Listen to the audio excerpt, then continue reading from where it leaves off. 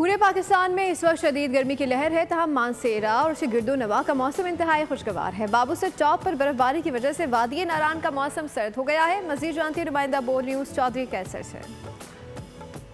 जहाँ पर पूरे पाकिस्तान में इस वक्त शदीद गर्मी की लहर है, वहाँ पर ज़िला मानसरा के अंदर इस वक्त इंतहाई खुशगवार मौसम है। बारिशें जो हैं वो वक्फे से मानसरा के अंदर जारी रहने के बाद मानसरा का और इसके गिरदोनवा का मौसम जो है इंतहाई खुशगवार है। ठंडी हवाएं चल रही हैं। टेम्परेचर जो है मानसरा का वो डाउन हो चुका है।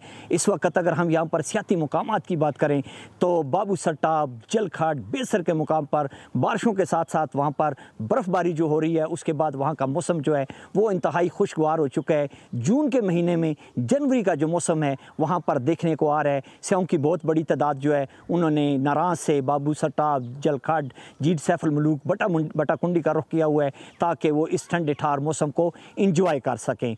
अगर यहाँ पर महकमा मौसमियात की पेशगोई के मुताबिक मानसरा और उसके गिरदोनवा का जो मौसम है वो साफ़ रहेगा, लेकिन मानसरा और उसके गिरदोनवा का मौसम जो है इस वक्त इंतहाई खुशगवार है। सब्सक्राइब करें और बेल दबाएं ताकि कोई खबर रह न जाए।